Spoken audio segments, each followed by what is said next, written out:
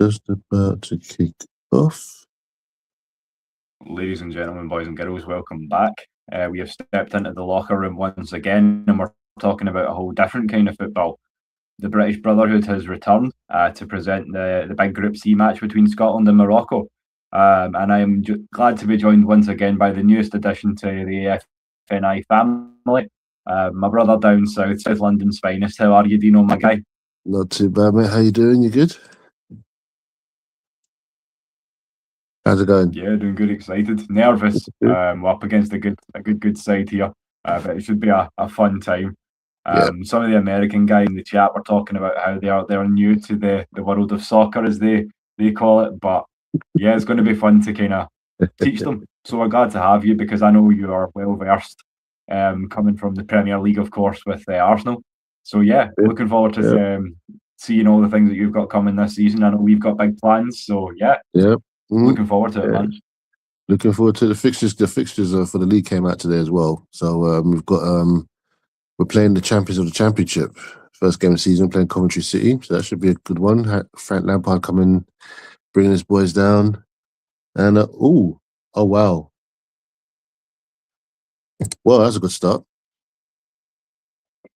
1-0 Morocco. That's a good start. Jeez. Well, I was just about to mention to you. I had to go live button. I was just about to say that left hand, that right hand side of Morocco, and that's exactly where they targeted.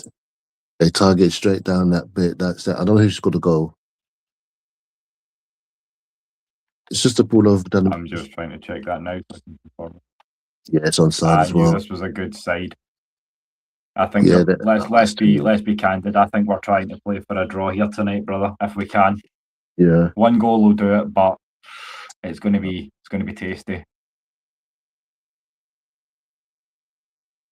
The goal was scored there by Ismail Saibari in the second minute.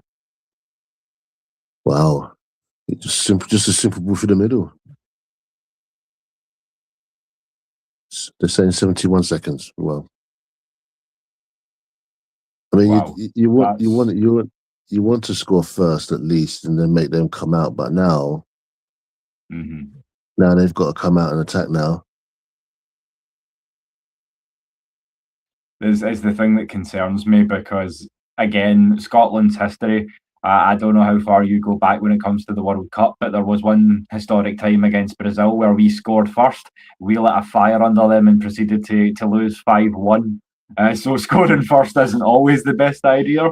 But I can see the ethos. I want to see how much fight's in this Scotland team. I know we're ranked 38th in the world. We're playing number 7. So yeah, we're coming in here into this group as underdogs. We're expected to finish third. We can still make the group of 32. So I'm glad the chips fall. You know what I'm saying? So it'll be fun to see, though. I think the boys in just before the commentary, when Rooney was saying, I think they would probably have a better chance, ironically, against Brazil than they would against Morocco. If Brazil they looked very ill balanced when they played Morocco, but they played better when Lassies just before he came on. If you're going to play Casemiro, like I've spoken to Man United fans for the past 6-7 months, like I've said, and they've all said, why are we playing Casemiro? Because he hasn't got the legs. He didn't have the legs. If you ain't got legs in the Premiership, what makes you think you got it for this? This is a different level. This is another level now where everyone's coming together for the World Cup, and he got shown up for the first 25 minutes against his team. Especially when you consider you've got an 18-year-old in there who's setting the world alight right now in Buadi. And now they've got, I think with Morocco, they've silently got a very perfectly balanced team with what they've got perfectly, and they're just going to go under the radar. They're definitely a dark horse to go quite far. From what I've heard from their camp, I mean, the whisperings sound like they're trending. Some of the words I've heard, I'm quoting this directly, they've said this is the best Morocco team in a generation. So that's definitely something that's kind of got me thinking. They've always kind of been in the mix. Some of the teams around North Africa that are up for it. Obviously, Egypt are in the finals, Tunisia are there too. But there's always been, you know yourself, something special, something a little bit more dangerous about Morocco. And they seem to be getting better as well. Yeah, so that's the scary thing. So the way they just passed it, wow, they passed the ball around very, very quickly. They're very good on the ball, very composed. Mm-hmm. And I mean, right now, the game is in there. Well, they're the ones holding all the keys right now. Scotland they're going to have to press them a bit. They're going to have to. They're dropping back a bit. They have to come and press them. Mm-hmm. There you And go. what worries me is I don't want the short balls so much. I don't want them to play like, you remember how Spain did when they won the World Cup and the Euros back to back, the way that was death by 1,000 cuts, those short, neat little passes, and they were just carving teams up. I know Morocco's got the ability to do that to us tonight if we let them. Mm-hmm. Bit of a crazy one, because one of my colleagues, he's my colleague Lindsay. I'm going to send this to him when he comes back, but he's over there right now. He flew. When did he fly out? I believe he flew out on the Wednesday. He's there now. He's there now. He's flying back, I think, on a Sunday night. He arrives back early hours on Monday, and he's going to come into work apparently on the Monday. And I just think to myself, I think, Lizzie, you just stay at home. I think to myself, no, you can't come in. Like, everyone was just like saying, no, don't come in. You just got off the plane and you're going to come into work later that day. I don't think, no. But he's there right now. So I hope he's having a good time. But yeah, I know the scoreline's not looking good right now. But yeah, I'd still love to be out there. It's a good atmosphere.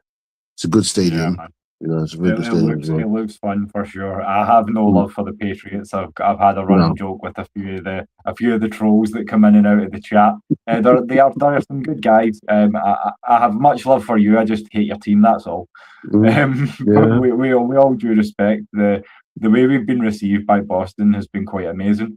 I saw earlier on Facebook that there's been put into action basically the twinning of Glasgow with Boston. I think it's fun because obviously you know how big some states are compared to the size of our country. So I think you could get away with pairing the whole of Scotland with Boston, given the fact that obviously we have 6 cities, ladies and gentlemen. We are a population of around about 6.5 million people. I understand that you chose Glasgow with it being the popular centre, but if you look it up online, despite what it may look like online, it's not even the capital city. So I mean, let that hang as it may. But yeah, no, I mean it's a great move. The solidarity's been amazing. Obviously, the atmosphere just looks electric. I'd love to be over there, brother. I really would. Yeah. One of the things that kind of touched my heart and made me chuckle last night, because I knew we were doing this tonight. I seen one of the English boys went into the pub with the Scots fans, and he ended up playing the bodhrán, the drum, along with the guy that was playing the pipes, and he's there in full England garb, giving it big licks. And I was like, yeah, this is a kind of a good sign that it's the right season for moves like this. To get the British invasion started, if you will. So man, it's great to have you, and I'm looking forward to seeing what comes.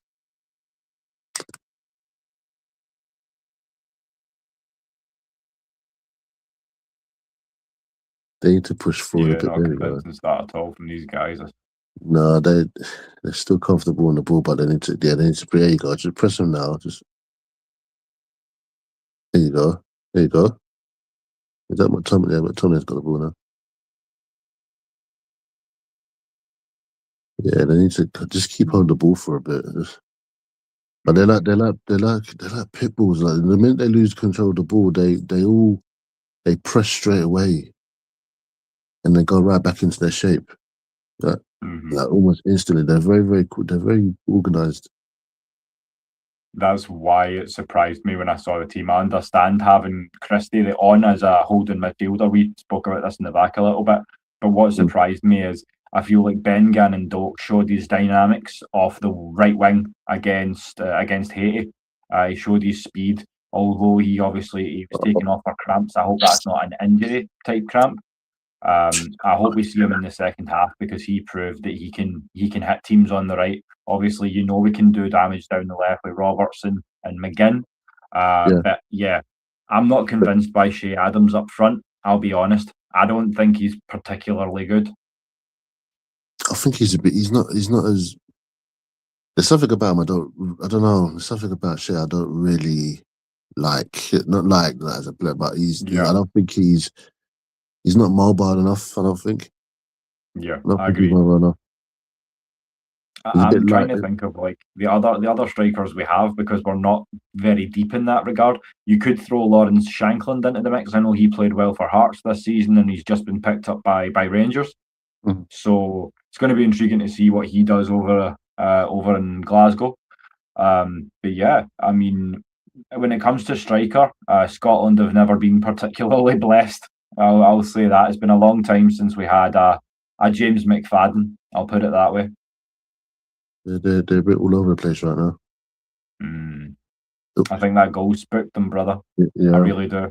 They're a bit all over the place. They're just they've got through a couple of times a bit too easy for my liking. But you always say as long as it's 1-0, you've still got a chance. So they have to hold at least hold them to 1, and maybe as time goes on they can get a goal. But I believe they can score, but they just can't. They can't afford to make any simple mistake like they've just done so just now. A couple of times they've just got through like nothing. Yeah, that's what surprises me. I mean, when you're looking at our team, we've got McTominay, who's just obviously done so well with Napoli. You've got McGinn, who's just won the Europa League with Villa. I mean, you look at these guys and you go, these are no slouches. These are guys who understand like playing football at a high level. So it kind of shocks me a little bit that they have been surprised in this way. But with that being said, as we spoke about again in the back before we went, they are a dynamic side, Dino. They really are. They're quick. They can break like few others, and I'm not surprised at all that they held Brazil. Because again, as we say, this is not the Brazil of old either. I thought it would be a draw. I had a feeling that it was going to be. I didn't think Brazil were going to come out and do anything special. For them as well. They're by their I look at the team. I think they've still got good players in the team. They're a good squad, but I think for me, they're a team that'll probably put them to the round of 16 and probably get as far as that. Because right now, I just think getting to the quarterfinals maybe quarterfinals, but I think that's as far as they'll go. I think there's other teams in here who I think they can probably beat them more. So I think with France, Spain, Argentina, England, I'll put in there as well. I think you're right to do so. For sure, Germany as well. On their day, Belgium. I think, despite the fact they're only ranked 10, I think on their day, Belgium are dangerous. Yeah. So I think there's a lot of the European sides that are going to be in the mix, and as you say, world number 1 Argentina. I'm interested to see what more Messi's got in the tank, because one more goal makes him all-time top for the World Cup. Right now, he sits with 16. I think he's going to get that. I think he's going to get it. But then again, I keep thinking Mbappe's going to. He's only how many Mbappe's got? I think Mbappe's got 14. 14, yeah. So he's only 2 behind. So I think both of them are going to. I think both of them are going to get past that. I think definitely both of them. But I mean, between the both of them, it's amazing. That's pretty amazing when you think of it. I think it becomes a LeBron James, Michael Jordan question at that point, because I feel like we look at how long Messi will be playing versus how long Mbappe will be playing. Mbappe's got another sort of 8 years or so. So that's another 2 World Cups. So he could well surpass maybe 20 or so. But yeah, it's phenomenal. And then obviously still Cristiano Ronaldo. I know he didn't get the goal, but he was not what I was expecting in that Portugal game. So although a lot of the big names are showing up, there's a few that kind of need to wake up a little bit too, I would say. Yeah. Definitely. A couple of sleeping giants, if you will. Well, I mean, Spain just, I think Spain, I don't know. When I saw the lineup for Spain, I thought, you guys are going to regret that lineup. You need to play They should have played them. They should have played them off from the start. I think they should have played them from the start. Even if you just play for 1 hour and just take them off. But that game, when it got to, I think, the 78th minute, I just thought, yeah, they're not going to score. They were still trying to do the same thing where they're still trying to walk the ball in, and I thought, no, you guys are just, you're not thinking of it. You're just trying to be casual, and I just no. So credit to Cape Verde though, because I think they done well and they defended very well, and that's one thing I will say. They put their bodies on the line quite literally in that game. And it surprised me as well that the Cape Verde keeper on his socials, he's surpassed Patrick Mahomes on followers on Instagram. He had like 8,000. So I did make me chuckle. 8,000 followers, now he's got like 5 million or something like that. Yeah, it's crazy, man. Like just like that. Yeah, I mean, I was just like insane. It's just that's crazy for me. I think they had him on the BBC as one of the players to what, like one of the players who's been the outstanding one. But I think he's it's a bit late for him to find a team. But hey, if he gets TV deals, then why not? And if you're watching along with us in the UK, it may be time to temper your expectations just a little bit when it comes to Scotland, because I have the live win probability here as we speak, and with it being 1-0 Morocco, even with very little played, we're at 16 and a half minutes. The win probability is at 7% right now for Scotland and 16% for a draw. So these guys need to come out swinging, so to speak. Need to step it up a little bit. I don't mind playing for a draw tonight, Dean, because I think a point will do us nicely. But against a team of this calibre, I think another goal will end it. If we go 2-0 down, I think it's over. Yeah. But they need to come out a bit more, be a bit more adventurous. I mean, they're still playing free at the back and playing for Quines loose. Come on. Mm-hmm.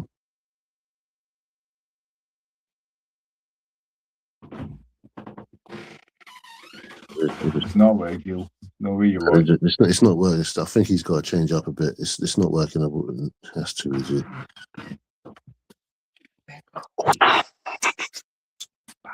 Goodness me. Good save. Hakimi just ran through like it was nothing.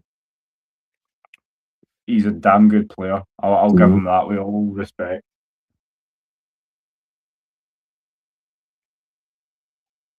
And that was one of the face-offs that I think is the most intriguing. I think Hakimi versus Robertson on the left wing is going to be tasty. I think that's going to be one of the face-offs that kind of define this game. I mean, as I say, if we were to move our faces out of the way, that's the two guys that you would see on the background. So captain on captain, I love a bit of that. It gives me vibes of the old AC Milan Inter days.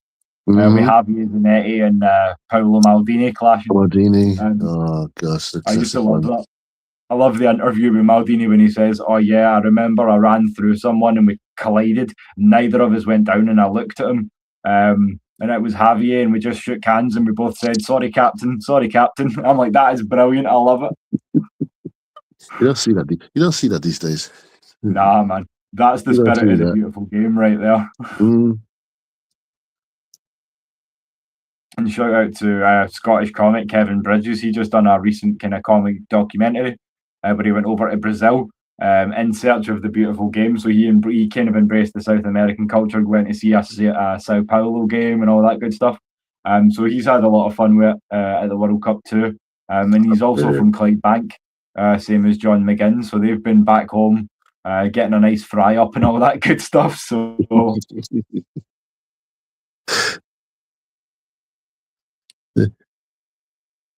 so shout out to the Bankies on that one. It's another corner. The Hakimi's to take it. All the big boys up for there. All the big boys up for this one. Yeah.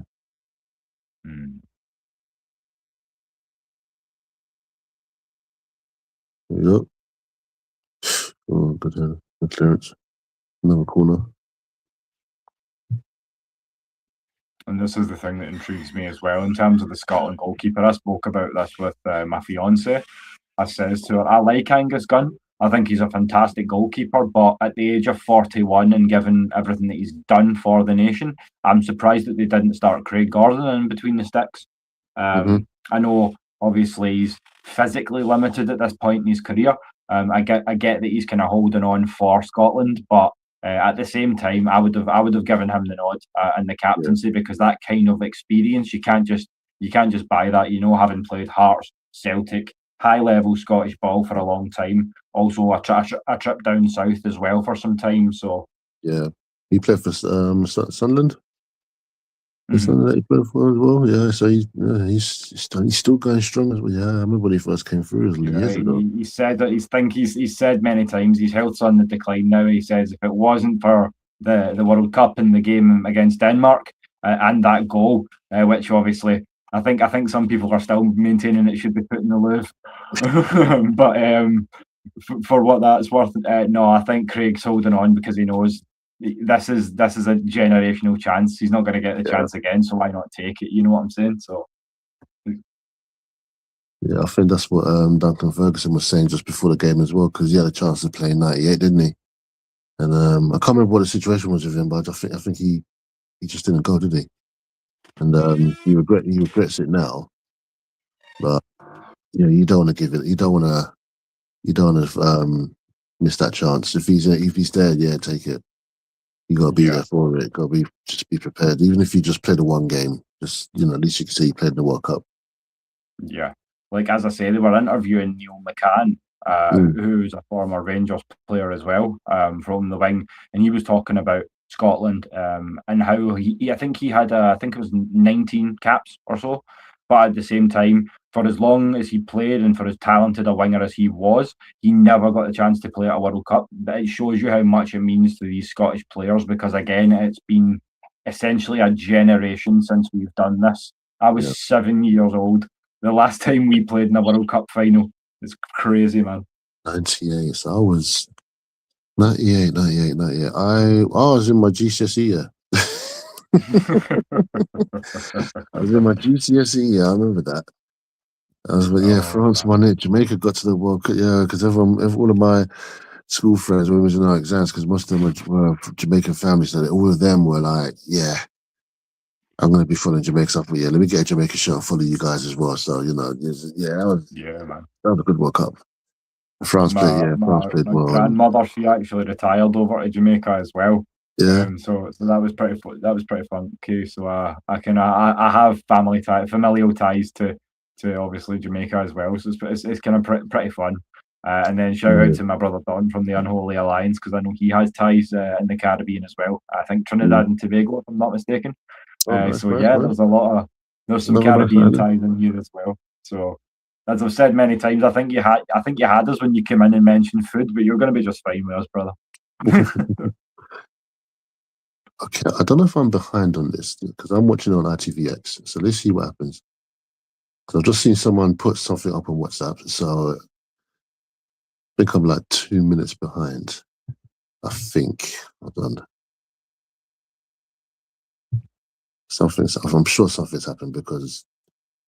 Let's have a look.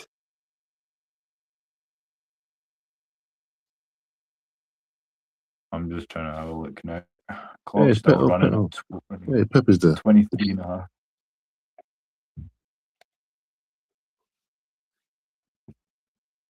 Pep Guardiola's there. Oh, nice.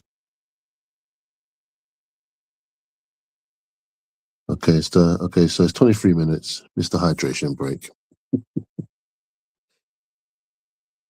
Dynamo tea.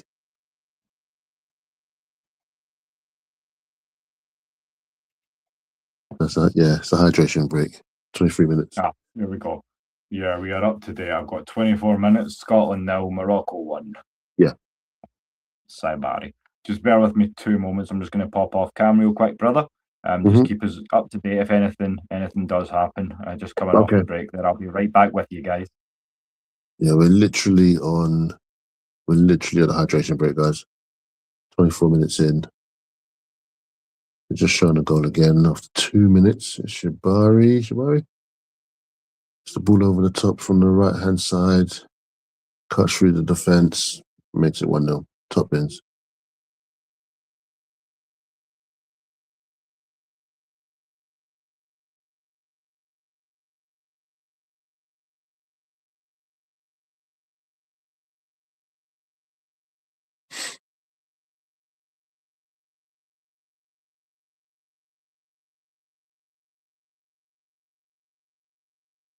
Nice little hydration breaks. There was another game on today, incidentally. USA 2, Australia 0 as well. Watch that game. Wasn't too bad.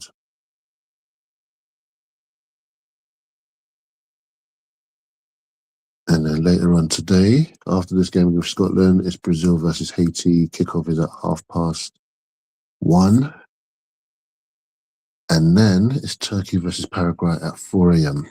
That's all UK times, guys. And then tomorrow evening, Germany versus Ivory Coast or Côte d'Ivoire. The games are coming thick and fast now. So it should be a good day, good 2 days, next day of 24 hours of football. So good.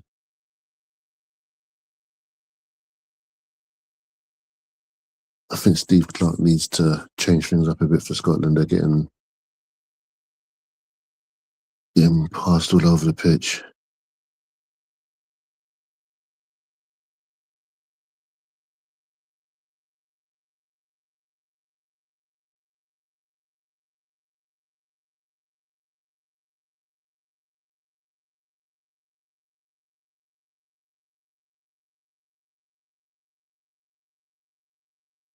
We're going to restart now. I'm going to restart again.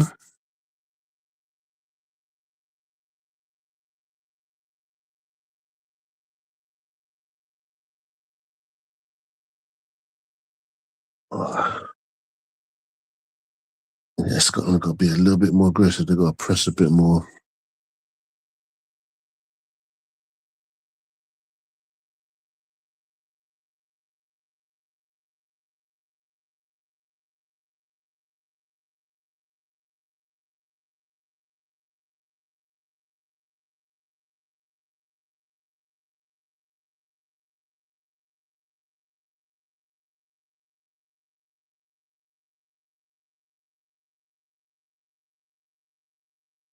Yeah, they've got to push them out. They've got to press.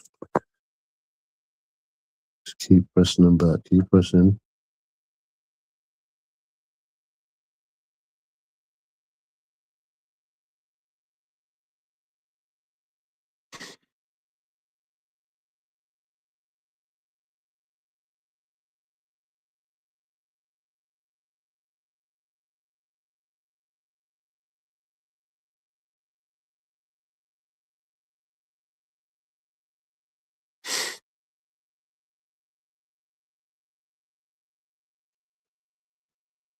We are back. It was time during the hydration break for myself to get recaffeinated. I've said many times on the show, I've been appealing for coffee or energy drink companies to hit us up for a sponsorship. So, yeah, please do. They don't call me this. Let's get a bit of Red Bull in there. Yeah, man, for sure. That's the thing as well. Like we were talking, and I think it's another reason why we clicked so well so early is the fact that you're like I am. You're a night owl, so if you're on, you'll be checking out sports news or stuff like media anyway. Yeah. So you're always kind of floating around. And I said that to Mad Mike as well, and I was like, "Nah, this guy's like me. He'll be up at ridiculous hours doing shit. So if you want, he'll find you at some point."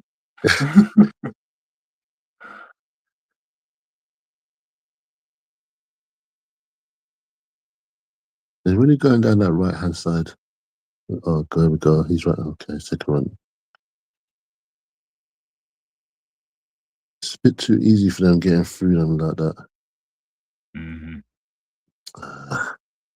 I agree. We need to toughen up for sure. Yeah, it's a bit too easy down that left-hand side.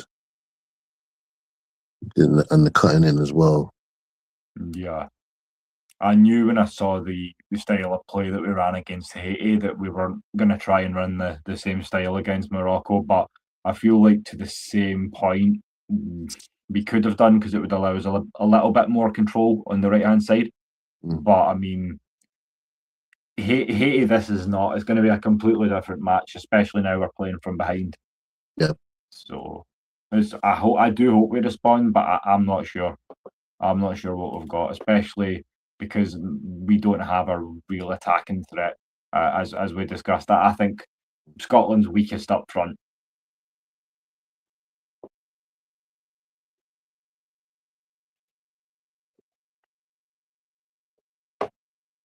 No.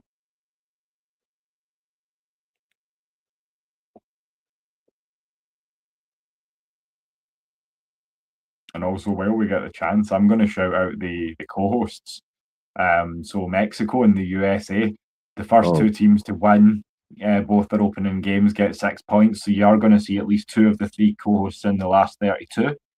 So yeah, that's been good to see. I mean, I know they're both ranked top 15, but although it's not a surprise, it's obviously good for the host nations. So shout out to the USA and shout out to Mexico, man. Some great performances. Canada yesterday as well. I watched their game yesterday. They done very well. Oh yeah, 6-0. That leg break was nasty. I mean, the game had everything. I mean, yeah, the 6-0, two red cards, a broken leg. It just got to a point where Qatar I think they just exploded. They just lost it. The tackle was quite bad. I mean, I heard the snap. Oh. And then I looked up at the, because I didn't realize, because I was late now. I looked up and I saw his leg a bit. I was like, I thought, oh crap! I think he's done something here.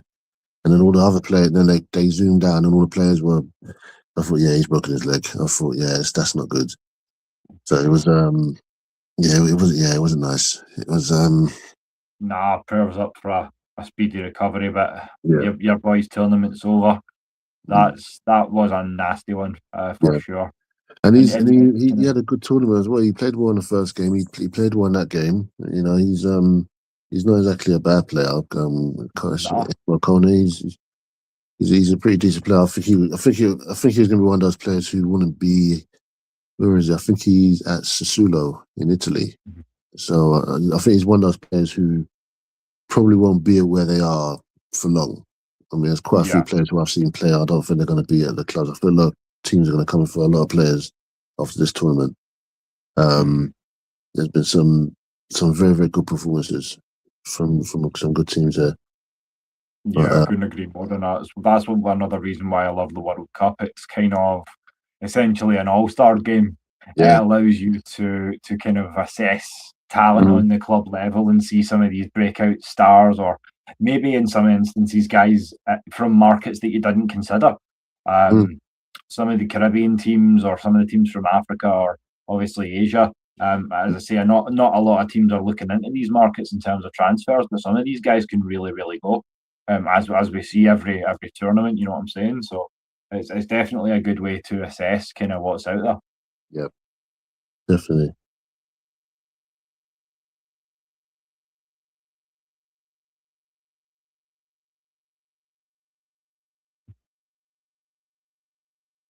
They're really going down that right wing. They're targeting the wings a lot, but more so down the right hand side. They're really like giving to Hakimi.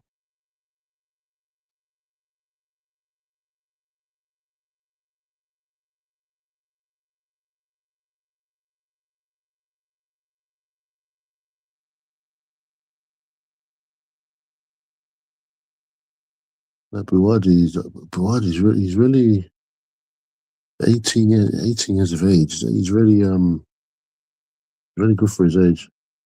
Well, I should say really good for. Like I'd be intrigued to see where his ceiling is, because I feel like he has a lot of growth still to do, and that's quite an intimidating thought. I wonder where he'll be in maybe 3 or 4 seasons time. It's going to be interesting to see. It's scary to think of it. You know, there's so many players coming through now who are at that age, like 16, 17. Even 16, between 16 and 19, who are just coming through now, and it's like, wow, where are you guys coming from? I remember when Alex Scott first came through. he was at Bristol City, and all of a sudden now he's at Bournemouth, and now he's now been linked with elsewhere. Max Dowman's come through. You got Rio Nagoyama at Liverpool. You got the other, I can't remember his name, the Scottish one. I can't remember his name. The young one. I can't remember his name. John McGinn. No, he's a young one. He's a youngster. He's a winger. Oh, Scottish one. I can't remember his name. Are you talking about Ben Gannon-Doak? I think he's Bournemouth. I think yes, him. Yeah. He looks good as well. He looks very promising. Yeah, he played so well against Haiti. That's why I was surprised he's not playing tonight. As I say, he's a great presence on that right wing. Yeah, but again, that's a physical team, and the reason we took him off was cramps. So I'm concerned as to whether it's going to be something that affects him going through the tournament. But yeah, I mean, definitely he's a threat. It allows us to kind of give real purpose down both wings, because obviously you've got the tried and tested Robertson McGinn connection on the left. But again, what really worries me is Scotland's. Well, we have been knocking in the goals, to be fair. You saw what we've done against Bolivia. You saw what we've done against Denmark. But with that being said, Scotland's not a team that's traditionally known for scoring a bag of goals. It's just something that is kind of...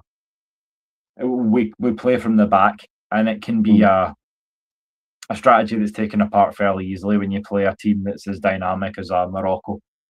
Yeah. They just had a chance as well, and they just fluffed it.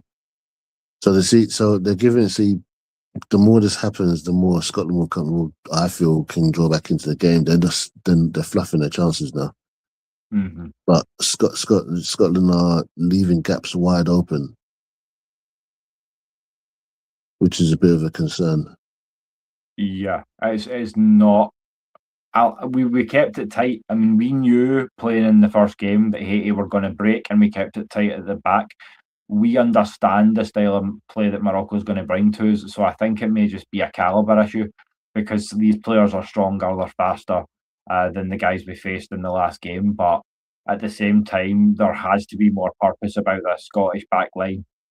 We're kind of getting manned right now. It's not good. They've not had a shot on. Oh, God. There we go.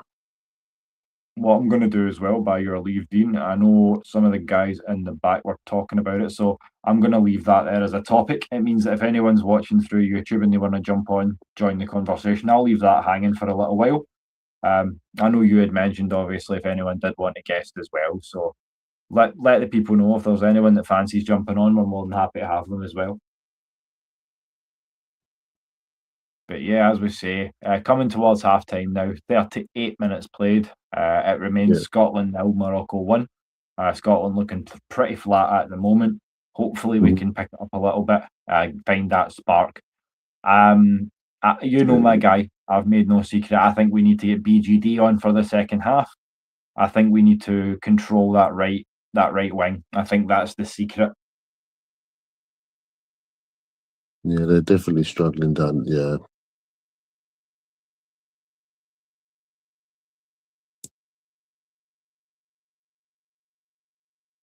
Keep forgetting as well. Maybe I don't think it's as warm in Boston right now, but sometimes you have to realise weather plays a factor as well. Oh yeah, me and the missus were talking about this recently. It's going to be tricky when we play Brazil, because we're in Miami. And then obviously if we do get through, there's every chance we could be drawn to Mexico. And as you saw in the group chat, I put up that weather report, and I said there is no way our team will be roasted alive if we have to go down there. Give us Canada. We like the cold, man. We thrive in the cold. Play Mexico in Mexico City. Oh dear, no. That's a tricky ask. I mean, there's Mexican natives talking about how warm it is and complaining. So I'm like, well, if you live there and you're complaining, then we are in trouble. Yeah, it's the temperature, humidity, and what is it? The sea level. Well, I think they're like 7,000 above sea level or something like that. So they're quite high up in terms of altitude as well. So that's you got to do with altitude and heat. Yeah, that's a bit dirty. That's the thing, though. Like, I've tried to say, and I don't know if you experience this down in London, but especially up here, we are so cloudy and humid that when we get warm days, it still rains, but the clouds keep the heat in. So you can have 24, 26 degrees Celsius, and you can still be sideways with rain. It's such a strange weather system to live in. Like, the way it's situated, Scotland should technically be covered in ice, the same way as Siberia and northern Canada are. The reason we're not is because of the North Atlantic Gulf Stream, but because of that, we're warmer, but just wet as all hell. Yeah. Oh, here they come. See if they can get a breakaway. No, don't pass it back. We're done. As soon as they get a breakaway, there's like 3-4 players around them. We need to hit them with their own game. Yeah, they're playing like they're Spain right now. They just get the ball and they just hold it. I mean, that's what they do. Yeah, I think we need to try and play them at their own game. I think we need to try and hold the ball up in the midfield, pass it around, get them moving, try and open up some spaces because they're playing really, really tight. At the back, they're playing similarly to how they played against Haiti because I think they fear that we are going to break away on them and get them on the counter attack. And I think they're trying to keep things sturdy, see out the first half. I wouldn't mind. Like, I'm pushing to get the goal before half time because then your speech in the locker room is completely different. But I don't know if we're going to get it, man. I'm not sure. They can't. Every time they get the ball, they're just everywhere. That's a free kick.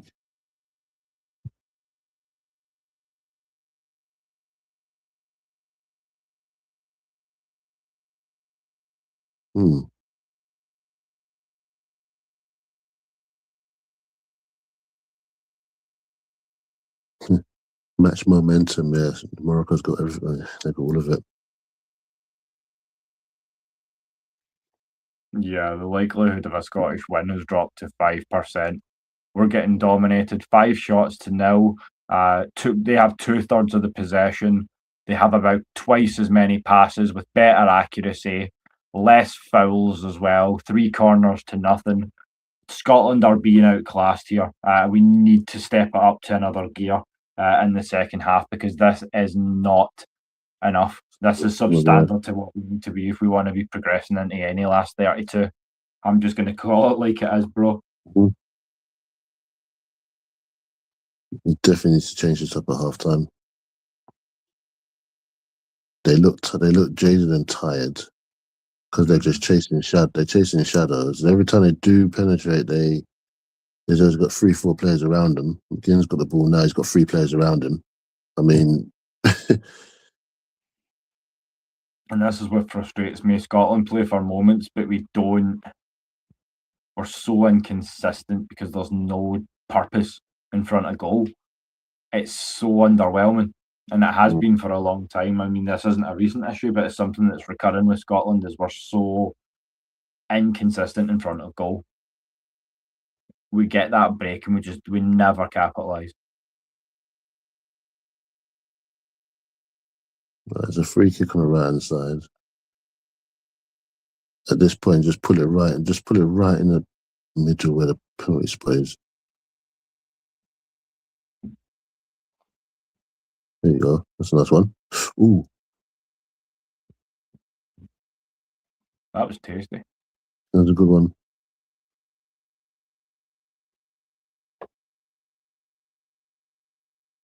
Let's see, every time they come forward, there's always. There you go. Yeah, he's taking them out. Look at that. Look. Same again. McGinn gets the ball. There's 3 players around him. It's not what. Yeah. That's not a foul. The minute they get the ball, there's 2-3 players already there. But they're not handsy. They're not playing physical the way Haiti were. It's just man on man. It's crowding so well. It's just simple. It's just simple jockeying, just putting bodies there. That's all it is. It's not. It's nothing. It's nothing fancy. They're just making sure they keep the shape. It's the minute they attack, they've got double. They've got double marking or even triple. But there's a pro and con to that. If you've got 3 players around you like that, that means there's space for other players around. but it's just a case of whether you can get the ball out quick enough to get there. But yeah, they're so quick and they're so strong. It's even watching it. I'm struggling to find it because none of them are going forward. yeah. And this is the question I pose to you. It's kind of pick your poison because we know that they can break. That's why I understand Andy Christie being there as the holding player in between the midfield and the defence. But at the same time, it negates that you have that threat down the other wing. So you really only have one real attacking option. And going with a 4-1-4-1, if they're going to crowd, it's going to be difficult to break through that if you only have one lone man up front, unless you do it via set pieces. You know what I'm saying? So it's definitely tricky. Finding the key to breaking these guys down in the second half is going to be a big ask for Steve Clarke and his side, but I think we've got it in us. I just think we need to step it up a little bit because this is not going to get it done. They get full and then they drop back. There you go. Okay. Was a good cross. First time. Goal.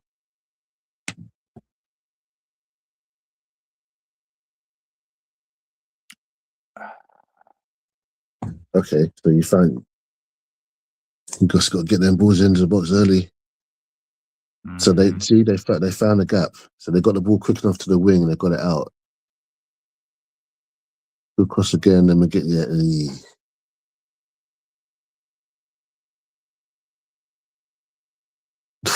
got a goal in us. Like you said this before the show, Dino. We've got a goal in us tonight. There's a goal there. If you can, every time. Okay, so if you're gonna be jockeyed or manned up with three guys, like I said, you're gonna find space for. There's gonna be two guys who are gonna be wide open in space, just like now. It's just a case of whether you can get the ball out quick enough, and they did in that situation. They did. There you go. Oh.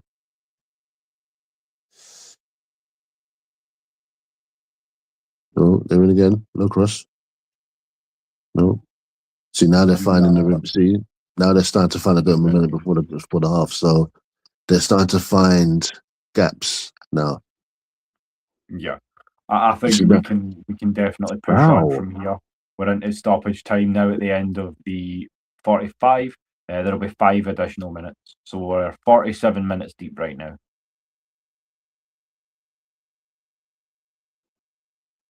So referee doing. Okay.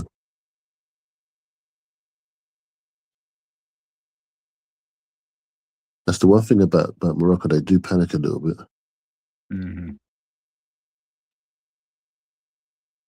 I think if we do get the next goal, the finish is going to be an interesting one. Oh yeah. I think both teams are up for it, but we, in terms of play, it's not been there. I was concerned, as I said to you before the show, about playing one lone striker. I understand it, but I had my concerns. That's not going nowhere.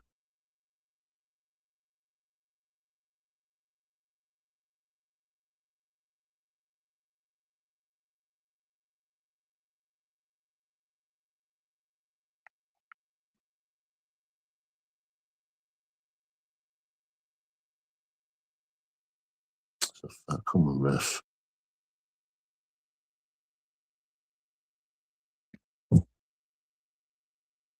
How many barges is going to happen before you give something? Come on. That's the thing. I've seen a lot of inconsistencies with the refs. They're either very, very soft or they're giving nothing. There's a lot of even that game yesterday, but VAR is a bit weird for me now. That's nothing. Yeah, I mean that's something we can definitely get into as a topic of discussion if you want to do that. We can get into the locker room for a chat and obviously talk about that. But I'd be interested to see how you feel about VAR. If you think it's been a positive or negative impact on football as a whole, and that's definitely an interesting conversation because I know it's quite a divisive one. So yeah, let's talk about that sometime. Yeah, that is one I've wanted to do for a good while because there's still we've gone on about all day with VAR. for the past 2 years, I think fans from all teams have said the exact same thing. It's just the same word just comes up all the time with VAR, and that's inconsistency.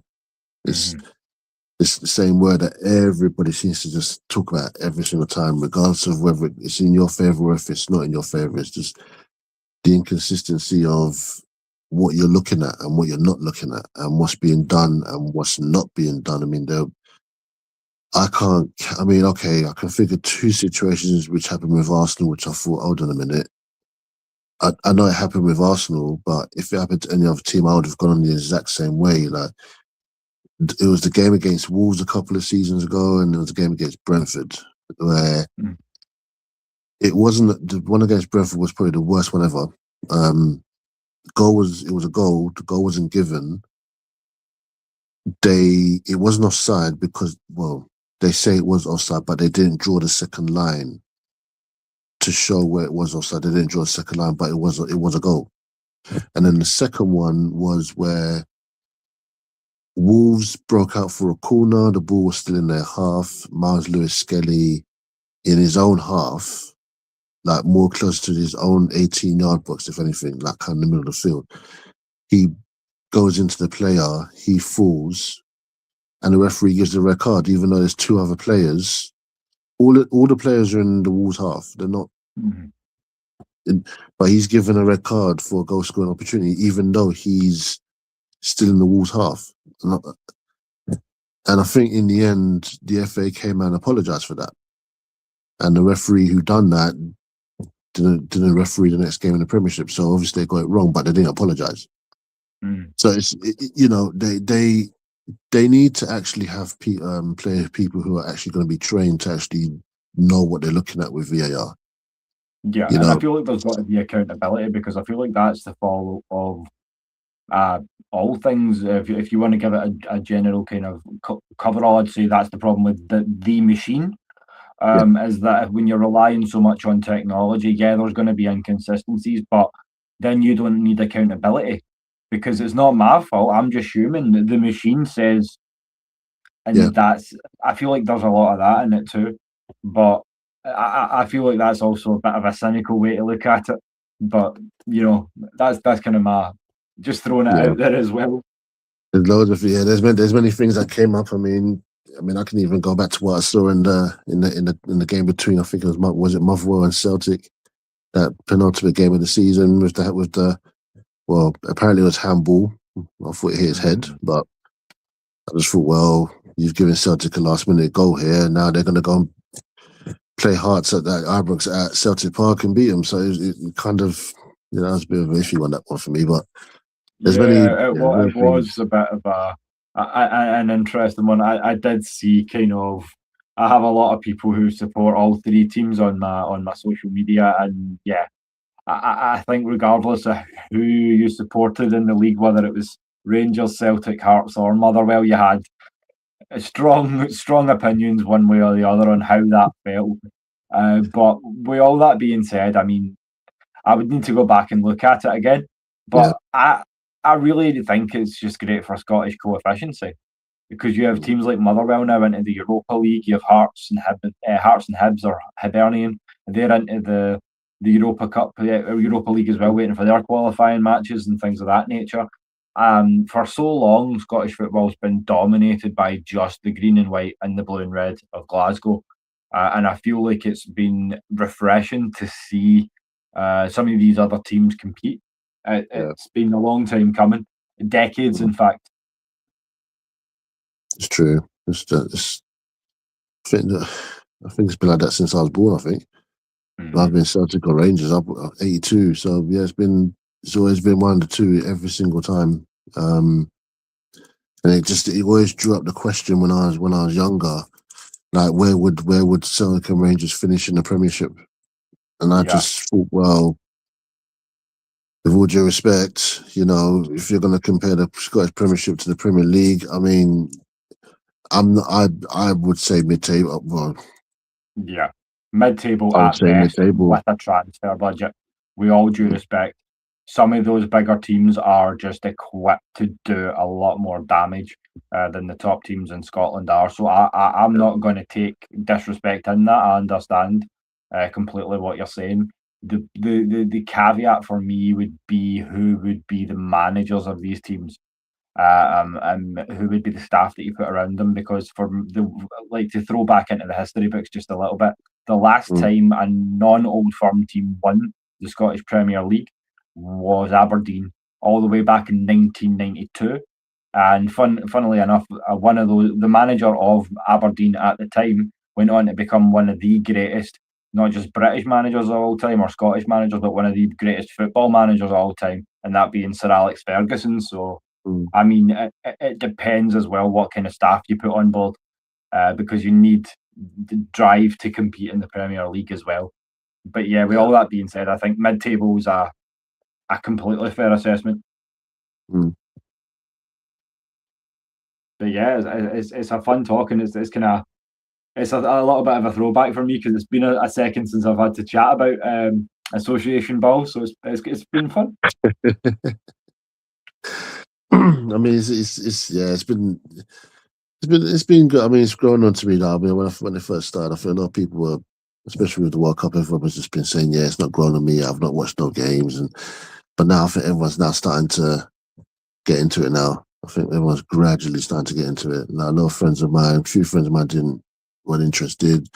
My mother, she was like, "No, I'm not going to watch none." She lost watching football. She's just been out, but now I think she's now starting to get into it. And a couple of people at work, Dave. I mean, everyone's done. They've done. I missed the sweepstake, but everyone who's done the sweepstake is starting to slowly get into it as well. So it's becoming slowly into the mix, as it were. So it's what I've said, but yeah, it's this. One of I think one of the supervisors, he picked out two teams. He got Spain and Portugal. That's not bad. You know, and I just said to him, "Yeah, you're lucky. You just keep, you know." And I can't remember who. Someone else got France, but yeah, I just said, "Yeah, between you two, I think you've got it." But you know, I think right now, I think the best team I've seen play so far. The best team I've seen play. It probably has been France. For what they did, France or Norway. who they're playing. Yeah, I feel like Norway looked real good, but then again, I put it down to also the strength of the opposition. It was Iraq, whereas France played Senegal, who are I would need to check that list I sent you again, but I think they're around about 18th. So that's not something that is not a bad ranking. So I mean, to do 3-1 against them is a lot more impressive. But yeah, I mean that was the day when the heavy hitters started to show up. 2 for Haaland, 2 for Mbappe, and then obviously the hat trick for Messi. It's been a fun World Cup so far. Already a lot of history's been made, so yeah, I'm having fun with it, man. It's a bit of I knew it was going to be a challenge for staying up to watch some of them, but some of them were starting at like. There was one game which came on at 5 o'clock in the morning, which was 5 o'clock or 4 o'clock, and then I leave them ones alone. I mean, I think I can stretch go with. Like I'll have them on in the background if I'm doing nothing else. Like I may check out the Brazil game and chill out with that, but yeah, I might watch that one. I will not be available for the Group D match later on. I'll watch Brazil. The only way I'll watch Brazil, but then at the same time, SmackDown's on, so I'm gonna kind of see if I can do both. Watch both. Decide what Taylor's leave, so I'm gonna do a bit of that, and then then go sleep afterwards. I think. Then watch. I think Germany's playing tomorrow. One other game. There's a couple of games though. Germany's playing tomorrow. There's one other game. I think it's Norway. I can't remember, but a couple of good games on tomorrow, which I'll be keeping a lookout for. But it's been it's slowly starting to get there. It's slowly starting to get there with how it's going. It's starting to shape up. So it's going to be interesting to see who picks up the third place positions. Obviously the top 2 go through, but it's going to be good to see who's going to go through from the third place spots. That'd be good. So I think Scotland will. As I understand it, with the round of 32, then that is going to be 12 groups of 4 with first and second, that'd be 24, and then your best 8 third placers, yeah? Yeah. Okay. So it's that around 32, how are they seeding that, though? I'd be intrigued to see, because obviously normally you would do top of A, second and B, second B, and do it that way. I don't know how they're doing it this time. I've got the thing somewhere. That's one thing I'd need to double check. I'm intrigued to see how the knockouts, unless they seed them. I don't know. Reseed and redraw. I'm not sure. I'm not sure how they've done it. I've got the thing here. Well, I haven't actually opened it yet, but I need to see how they're doing it. But it should be. Let's see if I can get open.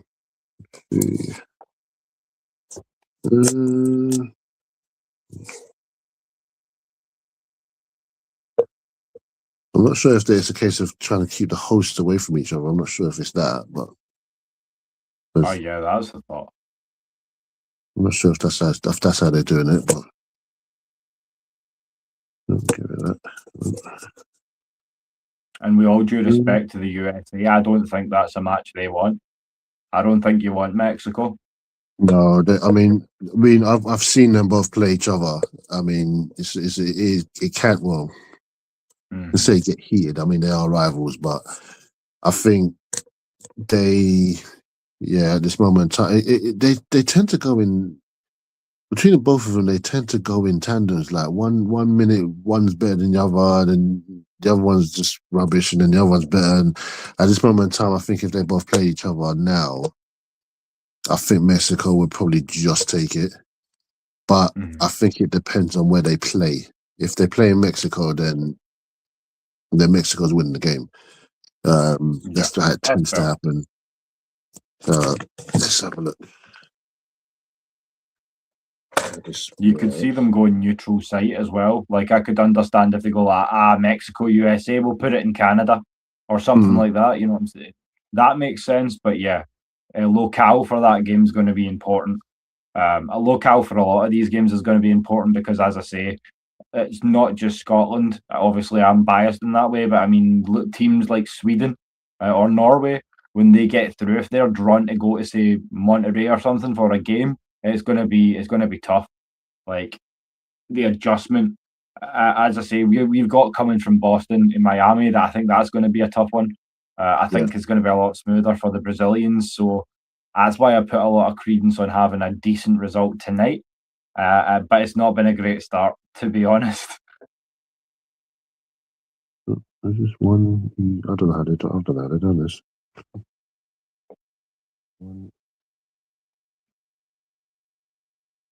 Yeah, I don't know how they've done this. This is a bit of a weird one.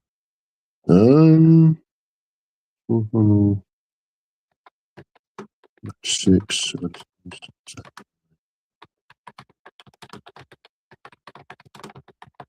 Yeah, I have no idea how they've done this, but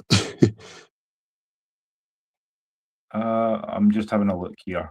Okay. All it says is all 12 third place teams are ranked, with the 8 teams that have the best record moving on to the next round. It doesn't say anything about how they're then seeded, so I'm not sure about that. Yeah, it just I mean, some of the games it has the winner. I think it says here like match 1. The winner from match 1 would be the team that finishes first in Group E, which is Germany's group, would then play the third place team from either which is A, B, C, D, or F. So whoever finishes top of Group E will play a third place team. Effectively. Okay. I think that's how it's got. Hold on. One. I think that's how it's going. I don't know how. Yeah, it's a bit weird. Here we go. Yeah, I mean, if you're looking at what I am, bro, then you've got, like, for instance, here the runner-up of E will take up the runner-up of I. Winner of L will take on the best third place of EH, IJK, things like that. I think a lot of it's got to do with seedings and things like that. So it's all a bit of a mess. I'll be honest. I've got the BBC's one. It's got printed out lovely from my graphics team at work. But it looks a bit weird. But I think they should have just kept it simple. Like, just I think it was good when it was winner of Group A.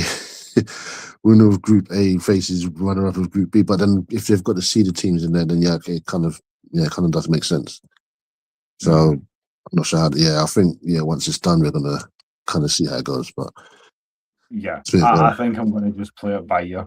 If we get that far, to be honest, and see what comes out. Like I wouldn't be against having a second draw, just reseeding the teams based on Coca-Cola ranking, throwing them back in the pot. But I mean, that's just my take on it. But I think that would be an interesting way to do it, especially if you're incorporating some 16 extra teams and you're getting more input like that. I feel like not necessarily another league phase, because it used to be 32. You'd do the groups, but I like the bigger knockout. But I would probably, if I would redraw for the knockouts personally, seed them 1 through 32 and go from there. But it's cost and effect. I don't know if they feel the need to do that. They'd rather just confuse us. I think so. I think they know what they're doing. They wait for I think when it gets to the round of 16, then you'll start seeing all that's the good match. There's the good match. There it is. Then we'll start seeing who's going to be the big ones around. But I think I can't see it right now at this moment in time. I can't see anything past France for some unknown reason. I don't know. Yeah. There's something about them I just can't obviously see. It depends how the knockouts fall, but I've probably got the France-Argentina final, maybe. And then there's always one thing that my friend Leon says, don't count out the Germans. So they can be the sleeping giant that they are and just be like, okay, you guys can talk about France, but we're going to go about our business and we'll see you there. So they did that in 2014 as well. So and they won it. So that was good as well. But I think now, it should be. It's going to be tough, but it should be good. Does it feel like as well that the half times are a bit longer as well? Yeah, I feel like you're right, and they're adding a lot more stoppage time off the back of that as well. And I was going to say, I feel like Spain feel disrespected as well, because they're coming in as champions, yet they're only the second highest ranked team in Europe, because France are number 2. So it kind of begs belief why the Spaniards are feeling a little bit, feeling some kind of way about that. But if we do get a Spain-France game, that one might get a little bit tasty. Yeah, that's going to be very, very interesting one, that one. But I just remember watching the game, watching France, and they took off Doué and put Barcola on. Barcola scored within a couple of minutes, and then they took off. Who did they take off after that? They took off. Who came off? Someone came off, and they put on Shirky. So I thought, well, all these guys can start. Like they got a scary team.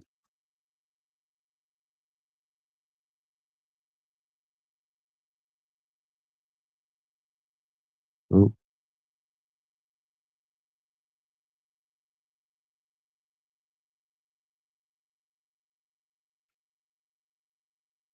Well, here we go then. Second half is underway. Yep. So you can see they're keeping on the ball. Okay, keeping on the ball a bit now. Yeah, there you go. Just need to play with a little bit more purpose. Mm-hmm. We know now that they're going to crowd us at every opportunity, so I just feel like we need to play them at their own game a little bit. The short, the nippy little balls and things like that nature, keep them guessing. And as I say, the gaps might open up. It may be easier said than done. We've obviously spoken about how well they've been playing, but idealistically, that's what I'd be looking to do. Sort of drag them out wide and let those spaces open up a little bit. Ooh, they've come out. They've come out of purpose now. Mm-hmm. That's a good score position. I think he's had a word with him and just said to have a bit more intent. Mm-hmm. They've come out. They had a good spell of ball there. But I'm starting to. Well, as I've watched this game, I'm starting to see more of what you're saying about Che Adams now. It just feels like it's a wasted spot out there. It's like he's non-existent. Yeah, I mean, I felt like that when I saw that the Scotland squad was announced. I was like, okay, Shea Adams, Lawrence Shankland. There's no star power.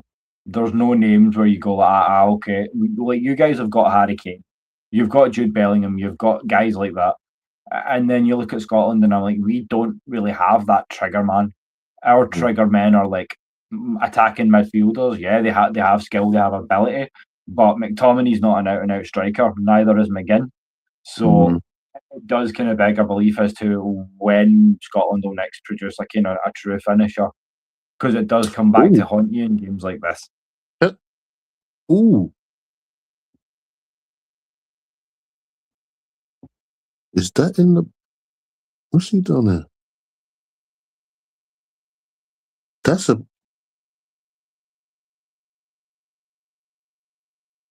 penalty. Oh, okay. Wow. That's a penalty. Okay. That's a stonewaller. I just saw the replay there. That's pretty egregious. I've seen...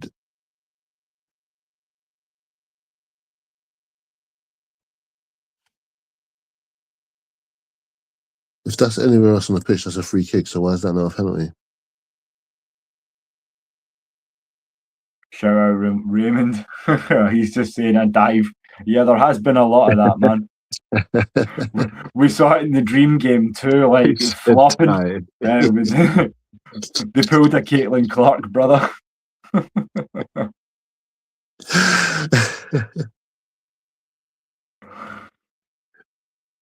Yeah, it did look a bit... Well, I've seen them giving the Premiership, but okay. That's the thing. I want to see fair refereeing at this World Cup. I know there's been some inconsistencies with the refereeing, as we were saying earlier on, but I just feel like there's got to be a happy medium as well there. They just hit the woodwork. Thank you for joining us. As we say, we're just experimenting with getting some soccer, as you would call it, football for our European friends as well, or a bit of football if you're from Scotland. So, as I say, we promised you guys that we were going to keep great things coming. Keep adding new blood to the family as well. So shout out to Dino, as I say. He's been chomping at the bit to get to work as well. So Raymond, if you can see as well and you're watching us on YouTube, the link's there if you want to jump on and get chatting if you've got the game on. As I say, I would turn your audio down just so that we don't run any risks of copyright. But apart from that, man, you're more than welcome to join us. Just chatting it up, having some fun, and enjoying the vibes for the World Cup. They just hit the bar as well. Jeez. Scotland hit the bar. No, Morocco. Jeez. There it is. I think I'm running about maybe 40 seconds behind you, bro, give or take. What minute are you on? I'm on the 51st minute. 50-29. So I'm about 40 seconds behind you. Oh, good save. Oh my gosh. About 30 seconds. That's a good save. Jeez. There you go. I'm up to date now. 51-40. Okay. That was a good save. Good save. Nicely done.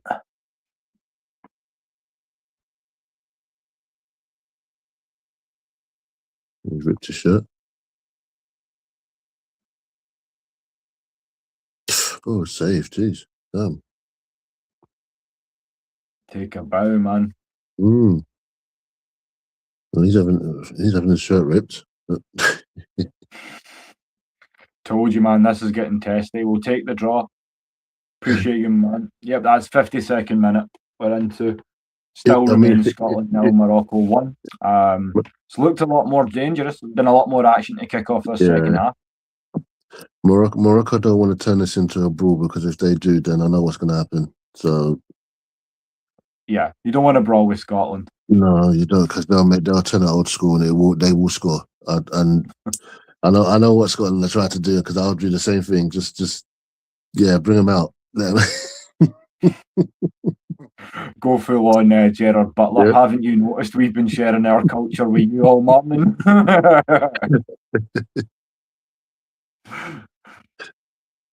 Just bring them out. Just let them there, because they lose their composure a bit now. I think they know they need to score another goal, but Scott, they're gonna start pressing them there. Yeah, I feel like whoever gets the next goal is going to take control of the match.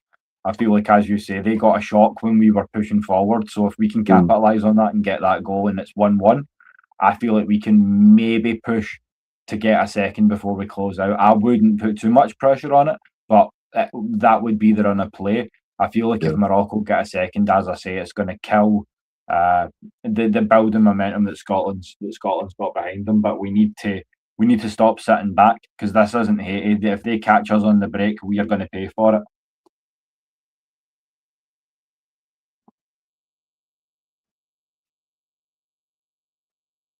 There you go. All right, they're coming forward a bit again. There they go.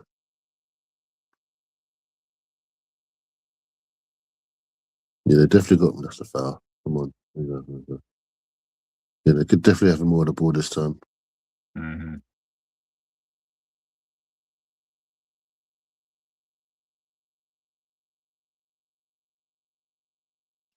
I like that we're not relying on the long ball quite so much. I feel like we were over-relying about putting it over the top against Haiti.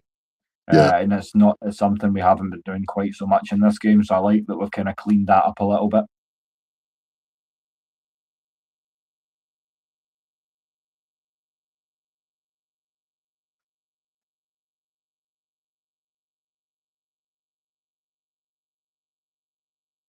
I mean, who would you bring on now? All things being considered, I feel like Scotland are gonna. Brazil rather. I think they're not going to have any problems handling Haiti tonight. So it's going to be a 3-horse race as to who goes through. I think realistically, I've seen some of the pundits talking about it, and I think topping the groups may be a lofty expectation, but there's no reason to think we can't get maybe second, or if not second, we can definitely be in one of the 8 that go through from third. Don't want to say group of death. That gets thrown around a lot. I know, Dino, but I mean, it's not a group you want to find yourself in particularly either, is it? No.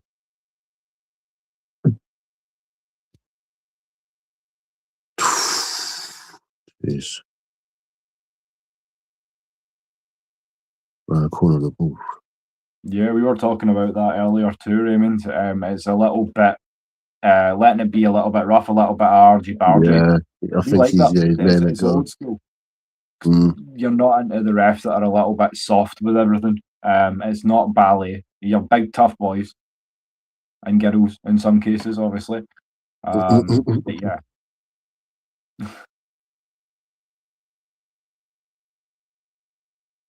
Because I mean, Scotland's women have been flying pretty high as well. They've been dominating recently. They've been doing quite well. I don't know how much you follow the women's game, but I think I mean, from what I've seen, I watched on the WSL. I haven't seen really much of the Scottish Women's League, but I know the Scottish women. Yeah, they're coming up. They're up and coming now. They're coming up again, which is good. But obviously, England won the bench. England women won the benchmarks in the women's game. I think if I'm not mistaken, your girls just won the last World Cup, didn't you? Or the last Euros? One of the two. What did they win? Did they win the Euros? They won the Euros. Did they win the World Cup as well? I think so. At some point, I remember they beat Spain on penalties. I think that was the Euros. If I recall, I know they've won a couple of things. So, but they definitely are. Yeah, with them, they are definitely a benchmark. Yeah. think between them, the Americans, Spain, they're good as well. Brazil, no, not Brazil. What's good in the women's game? Germany's good. Japan's good. Yeah. Canada's women are actually quite good. Yeah, they're good as well. Someone else I'm missing. France are good as well. They're decent. Sweden are good. The Netherlands. And there is somebody else. I think. America already. There's someone else I can't think, but yeah, there's a good few of them that are quite decent. Here we go now. They became the UEFA Women's Champions in 2022, retained the title in 2025 as well. It was marked as the first time that any senior England team had won a major tournament away from home. Yeah, they beat Spain. I think they beat Spain on penalty. Yeah, because is it Bettina Benatti? She's the best player in the world. She missed a penalty. Her penalty was saved. And then after that, England went on. I think I can't remember the one who was in goal, but she saved 3 penalties. Yeah. I remember that game. Here we are. Yeah, the 2025 Euros. You girls didn't win a World Cup, but you did come up runners up in 2023, apparently as well. I'm trying to look back and find out who that was. Spain. Okay. Yeah, that was Spain. Yeah, Spain. So Spain, England, the States, they're probably them 3. And Germany and France. They're probably the best women's teams. I think Tierney's coming. Yeah, is Tierney coming off? Yeah, Tierney's coming off. And Gannon Doak is coming on now. There we go. So I think they're looking for a bit of attack. Step for a bit of up, get the now. goal. Yeah, definitely. It's set up for you, young man. Go and score a goal. For sure, man. I can actually see it happening as well. I can see, him getting a goal.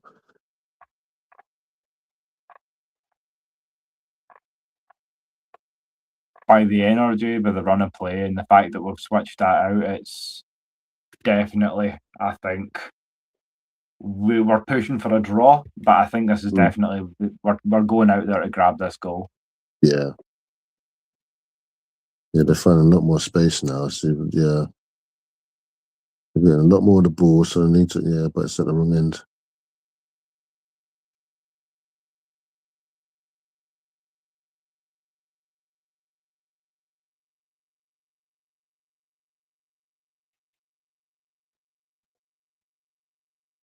Need to get up the field, boys. I'm glad we've upped the tempo.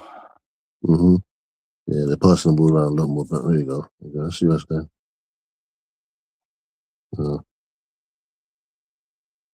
It's not a style that Scotland like to play.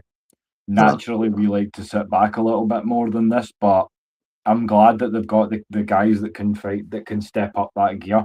As I say, we can exploit them through the wings, we can pull them out wide, and then we can look to kind of get the ball through the middle with guys like McTominay and McGinn. So there are ways we can get through and get that goal, especially now that the young Gannon Doak's on. I feel like, as I've said a few times tonight, I feel like he's one of the keys at this campaign. I know he's just a young boy, but he's got some moves. He can get it done.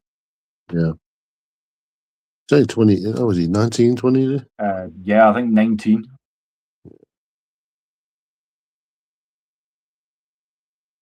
The free kick on the left. I really hope so, Raymond. He's saying if you're sitting just playing defence, eventually the Scots are going to get you. One can only hope. As I've said many, many times, these are no slouches we're playing. It's the seventh best team in the world. So a draw will do. A draw will do. I'm an idealist, but I'm also realistic about some things. I am in no false pretenses tonight.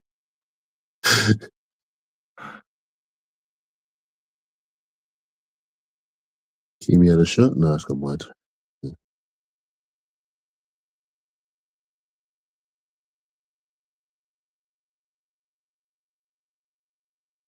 And shout out to you again, man. Like, I've been having fun with this. We've done the watch parties before for the NFL and things like this, but as I say, with the World Cup, it was time to try something a little bit different so that we can kind of test the water a little bit. So it's been fun. So yeah, I mean, good shout out. It was kind of going off a few things that Dean had said, and he said that he was heavy into Arsenal and things of that nature. So I was like, well, do you know what? It's the World Cup. We're going to be doing Scotland anyway, so why not kind of throw something together tonight and get on and have some fun with it? So we appreciate everybody that is tuning in and having fun. But yeah, I think we've got another one here. Move. Yeah, I agree. I said that coming into the game. That's what we've done. We started with definitely. A 4-1-4-1, which essentially means one man up front, four across the middle, and one man behind is what we call a holding midfielder. There you go. But yeah, now that we've made that switch, we've got a more dynamic winger on there. Much better. It's much better. It's much better. Now they're taking. You see now, Raymond, how the pace of the game has stepped up as well, and Dino will clarify that Scotland's playing at a much faster pace now. Because Ben's a quick boy. Ben is very, very quick. That's much better.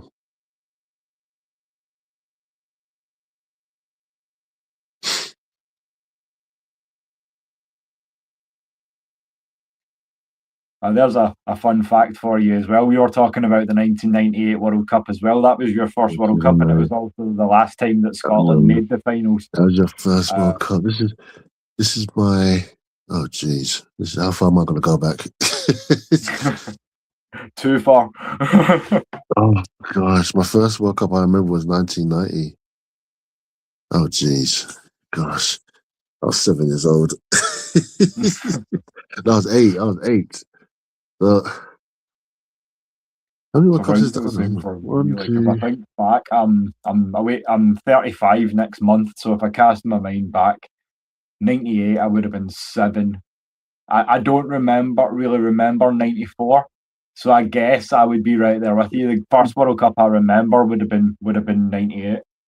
94 was 94 was all right. That 94 was all about Baggio. I remember that.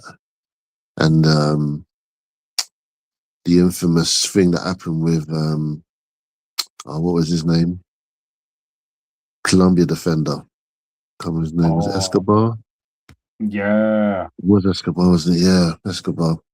That was crazy, that was bad. That was I felt sorry for that. When I first heard, I was like, "What?" He was only playing a couple of days ago, and then like that.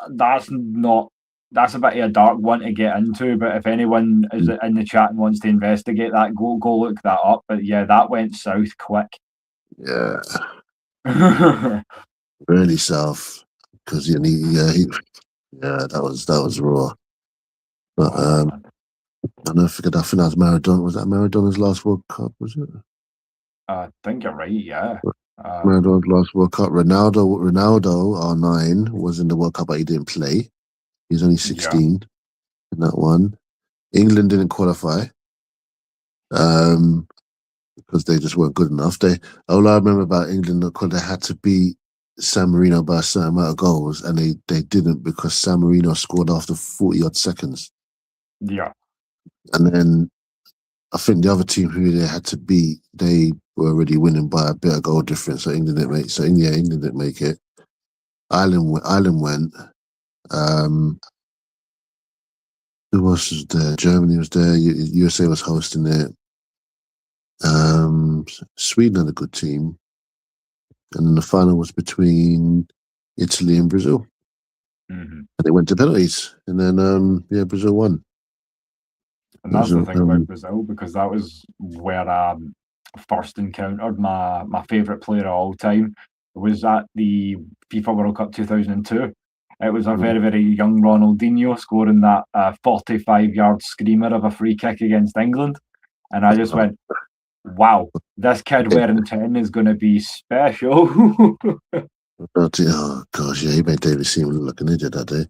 Oh, like it was the whole point. David Seaman to this day, like I'm like, do you know what? I love that you can laugh about it.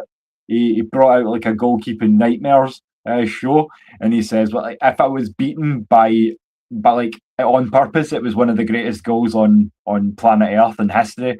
But if it was an accident, I've got to just shake it off and move on. I can't even say his name to this day."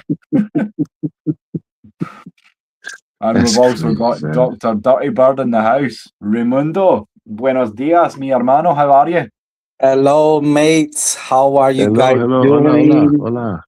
Doing Good to well, see doing you well. guys. Hola, hola. World Cup going crazy, man. That's it, man. CC, and I mean, shout out again to the host nations. I know you have affiliations on both sides of the border, so coming from El Paso yourself. So, I mean, shout out to Mexico, shout out to the USA. First two teams into the final 32. So you're bound to be happy at that, brother.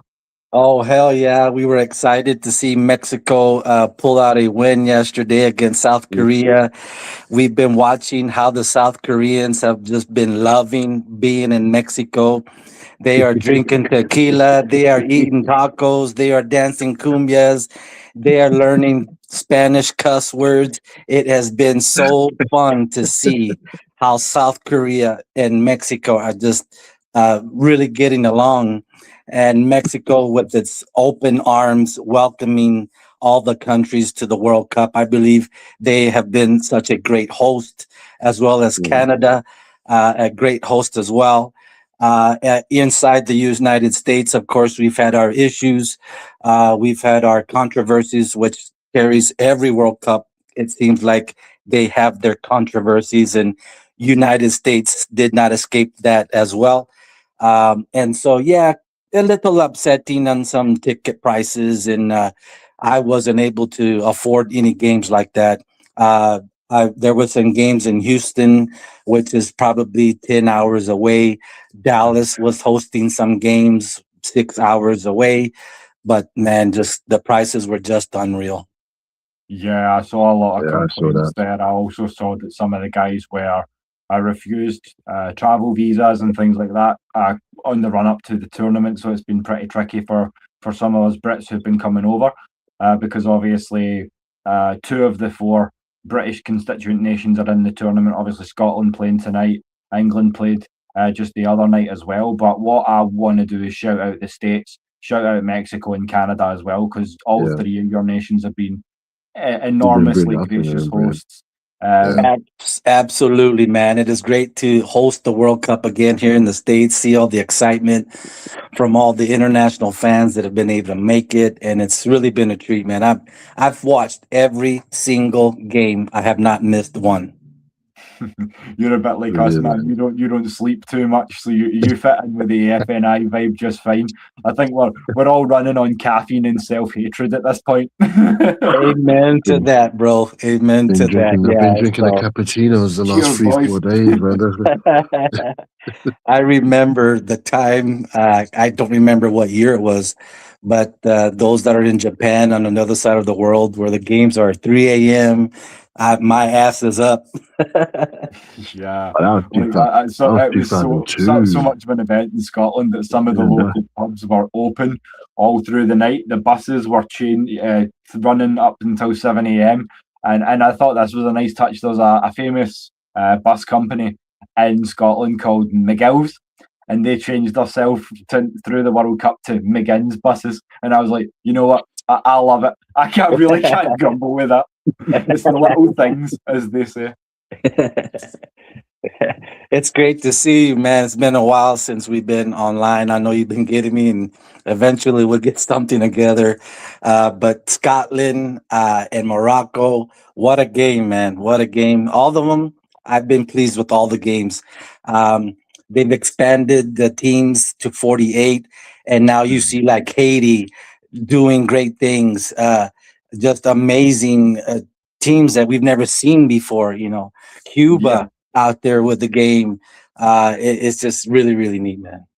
Yeah, man, it's truly amazing, and I guess it adds to the party atmosphere as well, because there's so many more teams. There's so much more of a mix and a sort of melting pot of different fans, and minglings of cultures and all that good stuff.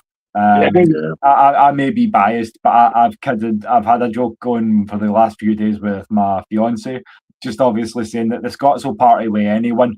There's footage of us having a laugh with the Norwegians, the Iraqis, the English, the Americans. It's like we're not fussy. We'll come just for the party. The score would Heck like yeah. to win would be lovely, but we are here for the party. Yeah, I saw some post, some Facebook or something like that, or news where the Scots were complaining about the plane flights over. We're running out of beer.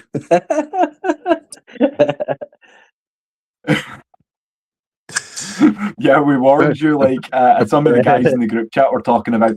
You know that the cities that are shortlisted, Atlanta may get Scotland versus Brazil, and I went, nah, you don't want that. You don't want that.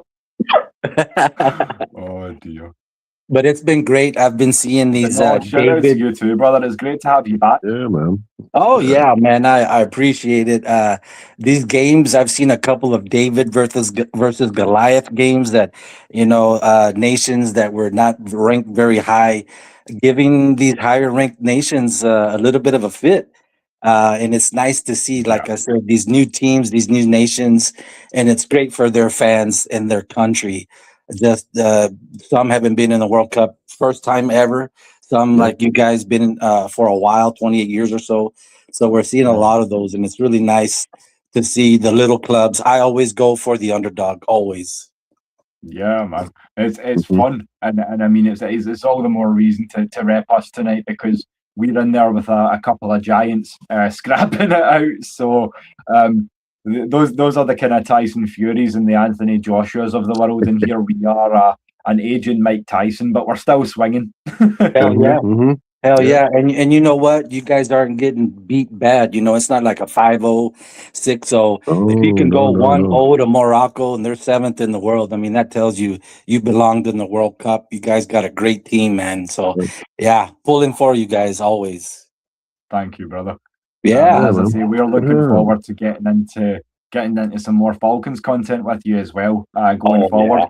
Yeah. I know your family are all Falcons fans, so we're looking forward to getting something going in that in that respect. And also, I know obviously being bilingual as you are, you're going to be a big hand in what we're trying to build down in the Latin region as well. So as I say, we're kind of trying to push that right now, brother. So I know it's been a minute, but we're thrilled that you circled back. And as I say, now you and Dino have got the chance to meet each other. But this is what I said. It's kind of the off season, so it's a great time to do some watch parties, do some fun things, and just obviously get to know each other better as a squad before we fly into things for the season ahead. Because let's be honest, the Falcons are flying under the radar, underappreciated again. But I'm up for a fun season. Win, lose, or draw, it's going to be a fun season. Amen to that. Amen. It's hard to find content off season. During the season, it's easy to find content. We're in the games, you're entertained every weekend. But this off season has been one of the most exciting for me because of you guys, the Atlanta Falcons, LLC International Club, the Scottish Falcons. Now you got the Loch Ness coming on. And for me, that's kept me busy into the Falcons. This was the first time really in my life that I really, really got down deep into the draft, who we were drafting, who we had on the team. I mean, going down to the free agents. And I had to start paying attention because you guys were talking all this. And I'm like, hey, if I got to be around these experienced, intelligent people, man, I've got to do my homework. There you go. That looks good right there, boy. Listen, man, we appreciate that so much. And that's a good segue there by Dino because he's repping the Union flag. Obviously, we've got the brothers down south. So shout out to Danny and Mark and the boys at ATL Falcons UK because we're going to be doing a lot of good work soon, as I say, similarly to what we're doing in the Latin region as well. So when I promised you an international channel with more shows coming around the world, I'm going to hold true to that. So Dino, Raymond, guys, if you're still sticking down in the chat, thank you so much because you're the lifeblood of this thing. Man. More good stuff coming. You can bet on that. I guarantee you will. You've Oh made yeah. the season way better, off season way better. You guys, the organization, Maggie and all her groups, and all the different podcasts that she has, the Ladybirds. But of all of them, I think you're my favorite. I think knowing that there was Atlanta Falcon fans across the pond was just amazing, and just to get invitations from you, because sometimes out here in Texas, in a small little town, it can be very isolated. There's this is Dallas Cowboy country, and so it seems like everybody and their mama is a Cowboy fan around here. And so yeah, sometimes I'm a little outnumbered, but I always know that I'm not alone. Well, when it comes to the Cowboys, my mother's a Cowboys fan too, so I would say, don't you talk about my mama. But no, I mean, I get what it's like. I have a perennial joke with my mum, but to her credit, she does say, "Listen, son, if Dallas don't win the Super Bowl, I want Atlanta to do it." So I'm like, "Well, you know what? I'll give you that. I'll give you that." Oh God, that's hilarious. We've had a couple of jokes on between you and I here this past year on your Cowboy mom fan, and then you know what, the really good juicy stuff eventually we'll get to is the Texas Tech, University of Texas little spat they've Yeah, had. brother, I have a show. I have a show set. We can do that tonight. After the show, if you want. Oh yeah. Dean, if you've got some time, I know it's late, but when we wrap this watch party, if you want, I'm going to hit up Winston and we can get going because we want to talk about the Brendan Sorsby situation. If you know much about that, we also want to get into NIL, the transfer portal, and kind of the state of college football. We were going to go last night with it, but I mean, if you guys are riding the vibes and you want to keep it going, I can switch a few things over and we can go after the show if you want. We can get it out tonight. Absolutely, I'm down for that. Will you let me know? Yeah, but we'll do a little turnaround. For those listening in, I live in Lubbock, Texas, and I have been around this area, Texas Tech University, all my life, pretty much.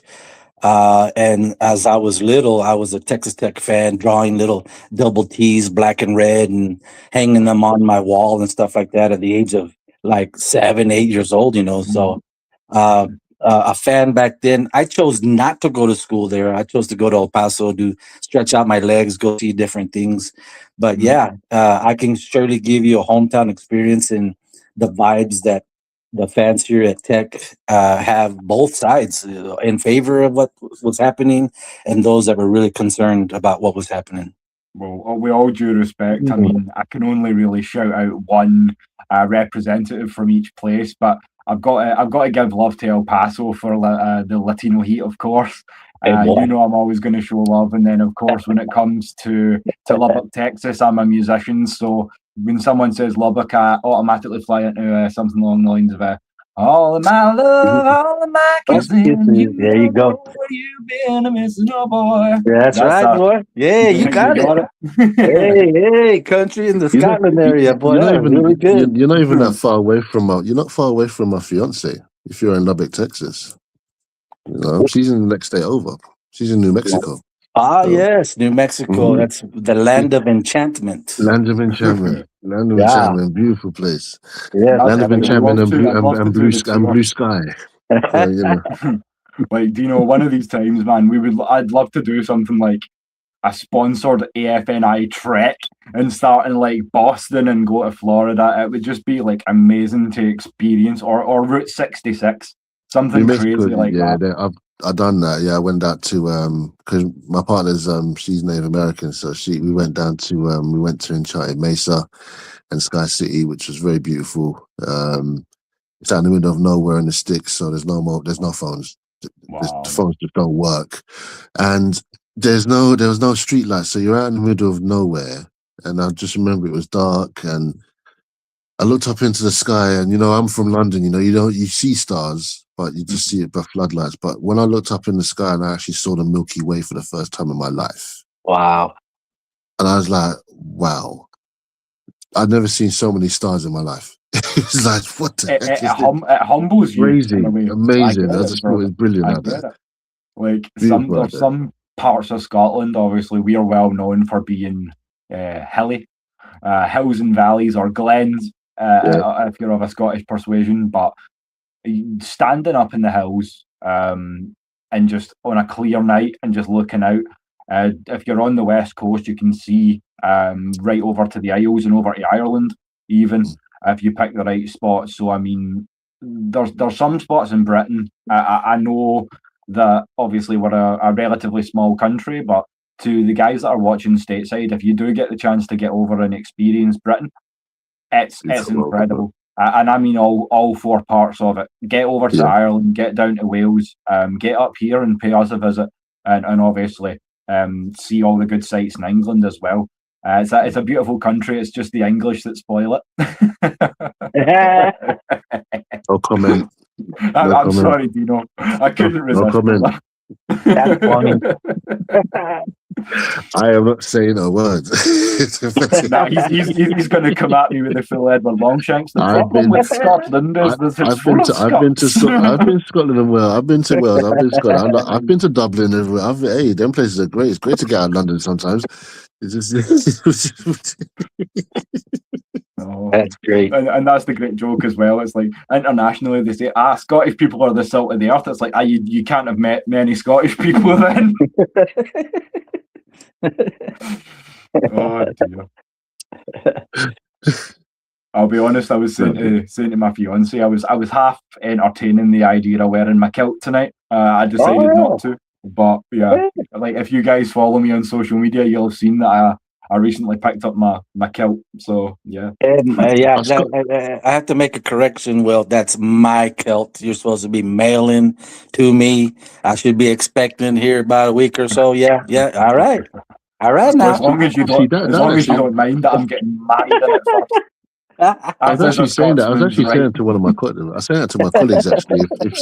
If Scotland ever play in Texas, that would actually be a combination of having a kilt with the cowboy boots and the hat. Yeah. But me, it's gonna be a sombrero. Hell yeah. We got El there in the house.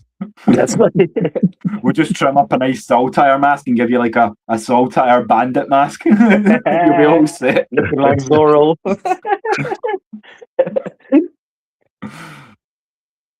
I tell you guys. Oh, they're really good. Oh, here we go. Go on. Oh. They're putting pressure on him, fellas. I know Will's, he may be a little bit behind, but Never. 5 minutes to go plus stoppage. So you're talking about maybe 10 minutes. Yeah. I did say this. They're going to come into the game now. There's 5 minutes to go. Mm-hmm. We just need one goal. 4 points is enough to see us through, boys, I think. Wow. Yeah. Well, there you go. Ooh. Oh, come on. We're testing them now. Yeah, some big boys in there. Come on, Scotland. What have you got? Yeah, they're rattled a bit now, Morocco. Mm-hmm. Ever since the young boy came on, they've kind of backed off a bit. They don't like his pace. So they need to give it to him. They need to give it to him a lot more. They need to give it to him a lot more. Just working around. I know he's only 19, but playing in a system like Bournemouth, like I know they're not the biggest team, but they are Premiership, a Premiership ready caliber side. So, I mean, with that being said, there's a difference. I understand starting defensively, but this is where we had to push it. And Ben allows you to do that. He's so quick.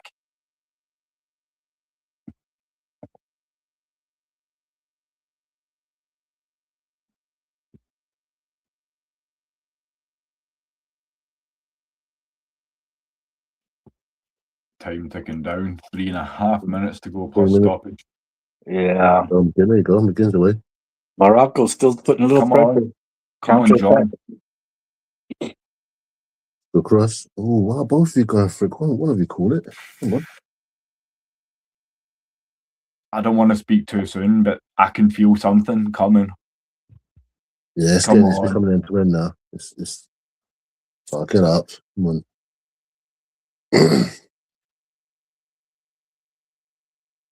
And Scotland like to play late.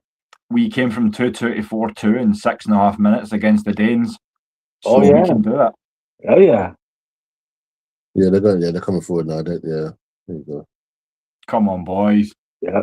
You put pressure on them. You need to work on the right hand side. Give it to give it right. Oh, ooh, wee.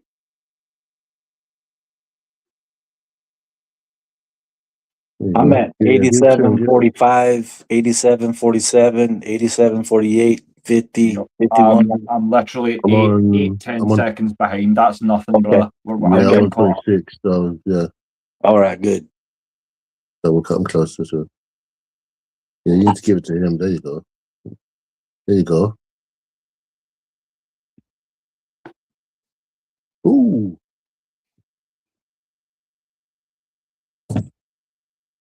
I'm going to be intrigued to see what Brazil do as well, because it's going to be dependent. If we don't manage to get the goal and we lose, I'll be intrigued to see how the points go Morocco in the other game with Brazil and Haiti. Yeah. Are they playing after this one? I forget. Yeah, I think Okay. there was maybe an hour turnaround to kick off. Half an hour. Yeah. What time is it with you guys over there? We are 10-1. Just one, yeah. Oh wow. So yeah, as I say, I don't mind doing a late one because the college football one's quite important. I wanna get into that. So if you're happy to run it with us, just give me an hour and a half to do a little bit of turnaround, Okay. and we can run that. I'm happy to do that. Perfect.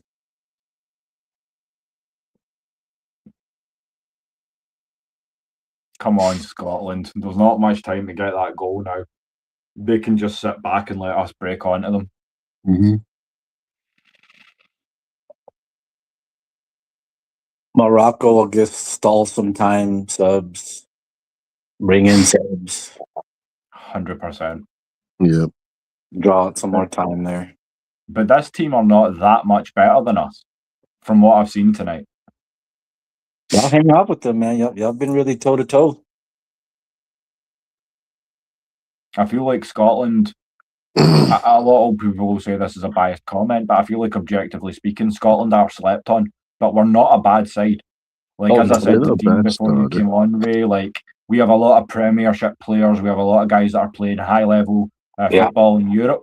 Mm-hmm. So, I mean, Scotland are not to be slept on either. Even for as low as our ranking is, we can go. Yep. Definitely, I think y'all should have a win against Haiti. That's for sure. Y'all should Yeah, them on pretty good. That was our first game. We beat Haiti 1-0. Yeah. And so we came into this top of the group. This is going to affect us now. I think Morocco will go top, assuming it stays 1-0. They'll have 4 points to our 3. And then it's going to depend what happens tonight with Brazil and Haiti. But I think Brazil are going to handle the Haitians. I don't see any problems there. So the third game is going to be important to see who goes where. 6 minutes of added time. Okay, doke. Yeah, 6 minutes. Yeah. McGinn's off. Never, boys. Yeah, he's put another striker. Now they're pressing. There you go. Yeah, push him back. There you go. That was a change we arguably could have made 20 minutes ago, but better late than never. We only need one goal. Yeah. Hey, Will, go empty net, man. Just pull the goalie. Let's go empty net. He's like if we get a corner on a free kick, speaking hockey now. Empty, pull that him, was man. my bag. Like when I played soccer, I was a goalkeeper, so I'm maybe not the one to ask, but I'd love to get down there for that penalty. I'm taking it. I'm going full on Jose Luis Chilavert. I'm taking the free kick.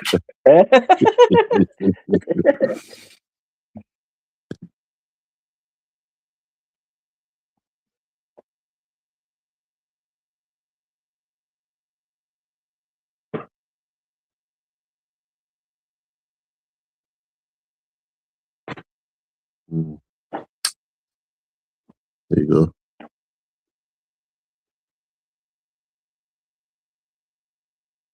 There you go. Yeah. Good. The gaps are there. It's just we're not exploiting.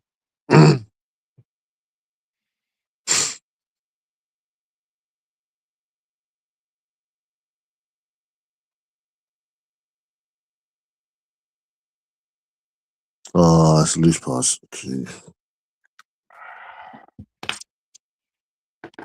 Well, no concentration. The lack of just discipline in front of goal is frustrating. Save. He missed.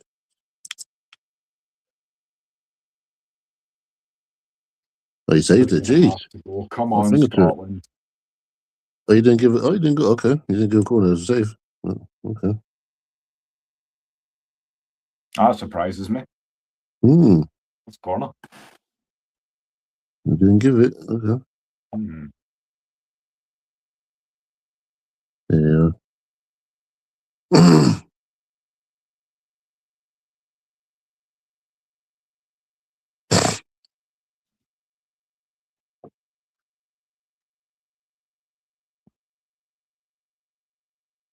Ooh.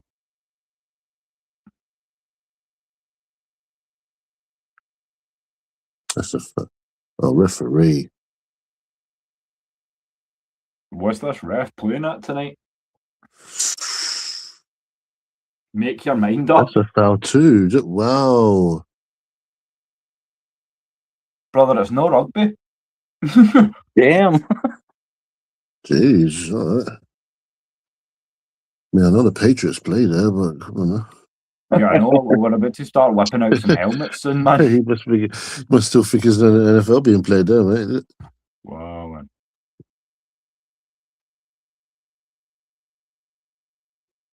Because that was the funny thing. I didn't expect like a transition so easily from soccer to football. But for me, being a goalkeeper, my advantages were I had long legs, big hands, I could catch the ball, and I was relatively quick to get down and things like that. So I didn't realise how much of that was transferable to being a wide receiver until I played the game and went, wait, hold on a minute. Yeah, that makes sense. This makes sense. I can do something, yeah? Yeah, like I'm not the biggest guy, I'm not the fastest guy, but I have skills that kind of work here. I just like pushing people around. So my coach just said, "Why don't you just play on the D line?" I was like, "Oh, okay, let's try." Yeah, kill the man with the ball. Sounds good to me. Just push against him. It's like a workout every game. It's like, just push against guys all the time. That's good enough for me. Yeah. I would tell my athletes, I coached, I was the coach for 13 years, head coach for about 7 in middle school. And I would tell my, 13, 14-year-old kids, I'd say, this is the only place where you can hit somebody and not get in trouble, not get arrested. It's great catharsis. Like, I will help you up when I am done, but I will put you on your ass. That's right. And I don't know if it's a worldwide tradition, but at least in British football, your entire team, coaching staff, players and all will walk the centre line, shake hands with every player, every coach from the opposite team, and then you all go for afters and grab a pint. So I don't know if it's the same in the States, but that's how we do things in the UK. Yeah, pretty much the same. It's tradition. Everybody lines up, shakes hands at the end.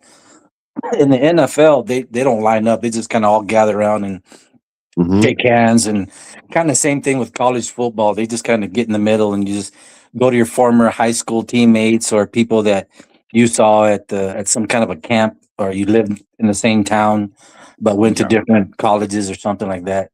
And so but in the high school level, in the education levels, they'll have the kids meet on the 50-yard line, and the opposite teams they'll meet each other in midfield. So it's in soccer, what I've always appreciated is when they bring out the little ones.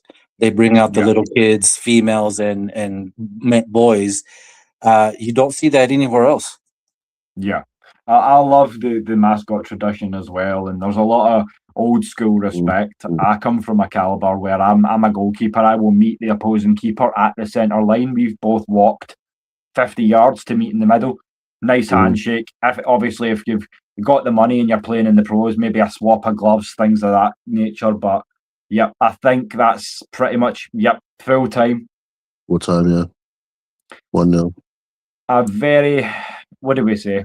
A disappointing performance in a lot of ways. What should have, would have, could have. I told you, man, we were too late putting Gannon Doak on. He would really have been the difference maker off that right wing with his dynamism and his first touch. But it is what it is. Still a lot to play for in the game against Brazil. We know our fate's in our own hands. But Dino, it's been an absolute pleasure and an honour having you. I would like to get your closing thoughts on the game, if you will, and let everyone know where they want to find you, and also if you're cool to join us for the next one in a little bit as well. Yeah, Scotland were very flat in the first half. They did improve in the second half, much better in the last, especially in the last 20 minutes. They did come out a bit more adventurous, but it's just for those first couple of minutes of that one piece of concentration which they missed out on that cost them the goal. It's not the end of the world, you know. I mean, most people would have put Morocco down as favourites anyway, but the encouraging signs are there to know that it's not a team that's just going to lay down and finish bottom of this group. I don't see that. I think Scotland are more than capable of going into the round of 32 and facing the team there and see where things go from there. You know, I think going up against Brazil with how they are, I think that's a game which I think that'll probably suit them a bit more, based upon how they've played in this game. If they play how they played in this game against Brazil with a bit more belief going forward, then I think it'll be a much better game. If we can encapsulate what we had in the second half and bring it from the start against Brazil, I think it might be an interesting watch party. But I've had a lot of fun doing it with you boys, and if you want to join me on, I think it's the 24th. For the Scotland-Brazil game, then put it in your calendars and we can make that happen. Because I know it's been a lot of fun. And Raymond, Dr. Dirtybird, it's been a pleasure having you back with us. As I say, if you guys want to hang with me in the back after we wrap for a few minutes, we'll get a couple of things set for the next show. If you've been watching, we appreciate you. Clydeside, Stateside, or worldwide for joining us. We will be back very, very soon because we have some college football to cover. There's been a lot of issues, controversies, and can we say fun talk? I'm not too sure. But Raymond, thank you for joining us, brother. I'll get at you real soon. But at the moment, just as I say, thank you again for joining us, keeping us company through the game. And as I say, we're gonna talk in the back and get some things rolling. But in the meantime, ladies and gentlemen, thank you ever so much for all your continued love and support. But your boys for now are out.